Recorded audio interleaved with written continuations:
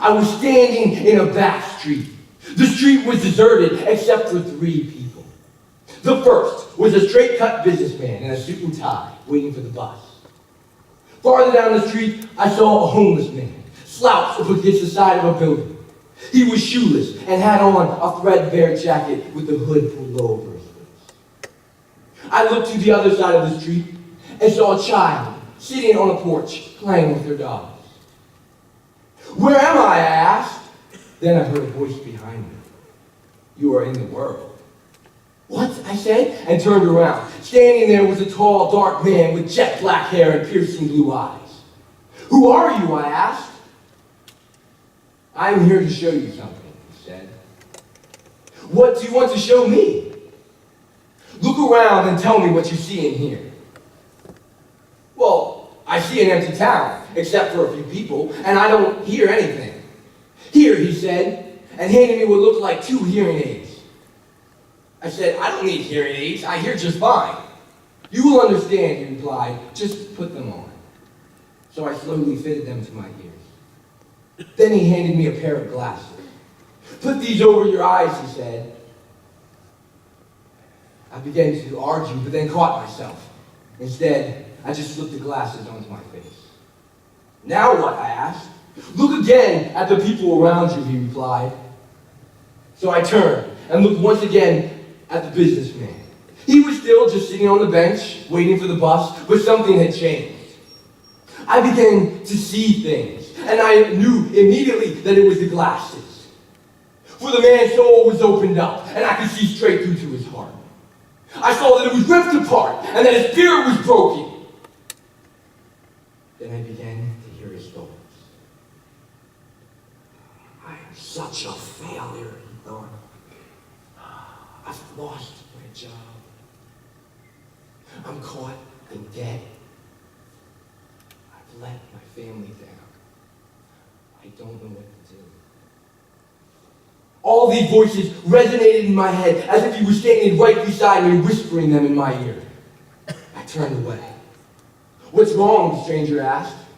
"Do you not like what you see and hear? You have not seen and heard all. Look over there." He pointed to the homeless man. I looked, and once again, the man's soul was laid bare before my eyes. I saw that it was in deep turmoil, and that his heart was black with despair. Then out in the wind, I heard him say, "I will never get a job. I haven't eaten in 3 days. I have no money to buy clothes or shoes, and no place to take a shower. No one hires a bum. I'm worthless. I have no reason to keep living." I turned away again, not able to see or hear anymore. But the stranger tapped me on the shoulder. He said, "You have one more." I looked to the other side of the street and let my eyes fall upon the little girl. Surely she is just playing with her dolls, I thought. Surely she isn't in pain or hurting. But as my eyes started to see, my ears started to hear, I knew that I was desperately wrong. On the wind, I heard a scared, timid little voice whisper to me, "Why doesn't Daddy love me? Why does he hurt me? What did I ever do to make him so angry? I must be a horrible little girl.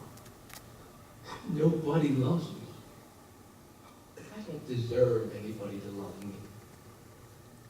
I'm not special. I just get in the way." I turned away and tried, "Stop! Make it stop!" I grasped at the things over my ears, finally managed to get them off. Then I tore the glasses off my face. I had been so wrong. Those I thought were okay were really living in a nightmare. "You are just beginning to see the world," the stranger said. "The real world, the hurting world." But I had been so wrong. How could I miss what was right in front of me? You need my help, the stranger said. You need my eyes and my ears to help you see and hear the needs of the hurting. I love each and every one that I've created. I knew right then who it was that was in my dream.